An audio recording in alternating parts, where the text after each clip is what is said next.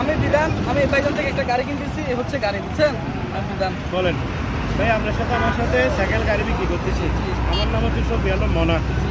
আমি আপনাদের গাড়ির ডকুমেন্ট হারাই গেছে, তারপরে আপনাকে ডকুমেন্ট দিচ্ছি কি ডিজিটাল প্লেট গাড়ি একটা সারি, তারপরে হচ্ছে যে আপনার এই কি স্মার্ট কার্ড, আর কিছু দিতে পারতেছি না। আর কিছু আমার থেকেও নাই, আমি আপনাকে দিতে পারতেছি না। আপনার যদি লাগে আপনার টাকা খরচ করলে আপনাকে আমি বাইরে দেওয়ার জন্য সহায়তা করবো। আপনাকে লাগলে আমি আপনাকে বাইরে দেওয়ার জন্য সহায়তা করবো। আজকে হয়তো গাড়ির মালিক ছিলাম না আমি, মানে সফি আলম মনা আমি, আমার নাম। এখন আজকে থেকে হচ্ছে আজকে বিকেলের পর থেকে গাড়ির মালিক আপনি, ঠিক আছে? হ্যাঁ, টাকা গাড়ি বিক্রি করতেছি, এটা মনে করেন ভিডিও, এটা সবসময় থাকবে। এটা হয়তো হয়তো আমাকে যে দাম দিয়ে নিচ্ছেন এর চেয়ে বেশিও বিক্রি করতে পারেন, এটা টাকার কথা উল্লেখ করতেছি না। কথা হচ্ছে যে আপনাকে আমি স্মার্ট কার্ড দিচ্ছি, ডিজিটাল পেড দিচ্ছি, গাড়ি দিচ্ছি, একটা চাবি দিচ্ছি, ঠিক আছে? আর আপনাকে কিছু দিতে পারতেছি না। পরবর্তী কোনো সেকেন্ড গাড়ির টুকটাক সমস্যা থাকতে পারে, আপনার হাতে দিলে কাজ থাকতে পারে, আমার কাছে কোনো কাজ নাই। এখন এখান থেকে চলে টাকা তুলে যেতে পারবেন। এখন দিতেন ভাই না, আমি কোথেকে শুনলে? আমি ডাঙ্গাচর থেকে, ডাঙ্গাচর, আনোয়ারা ডাঙ্গাচর থেকে, ডাঙ্গাচর কর্ণফুলি থানা, আনোয়ারা ডাঙ্গাচর, কর্ণফুলি থানা। আমি এই বাইকে গাড়িটা দিচ্ছি যে স্বইচ্ছাই।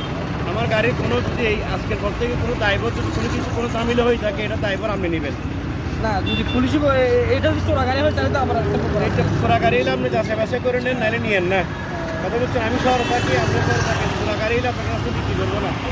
আমি 3 দিন দেখে সব কিছু চোরা গাড়ি এলে আপনি নিয়েন না, যাচাই বাছাই করে আপনাকে আমি 1 সপ্তাহ সময় দিচ্ছি, যেখানে যাচাই করতে আপনার আমার গাড়ি যদি চোরা গাড়ি হয়, আপনাকে 1 সপ্তাহ সময় দিচ্ছি, 1 সপ্তাহের মধ্যে আমাকে আমার গাড়ি কি রিটার্ন দিয়ে দিবে। এর মধ্যে আজকে থেকে যদি কোনো খুন করা বিক্রি করে থাকেন, কোনো কিছু টাকা দিয়ে করে থাকেন, কোনো মাদক দ্রব্য কোনো কিছু ধরা খান, ঠিক আছে?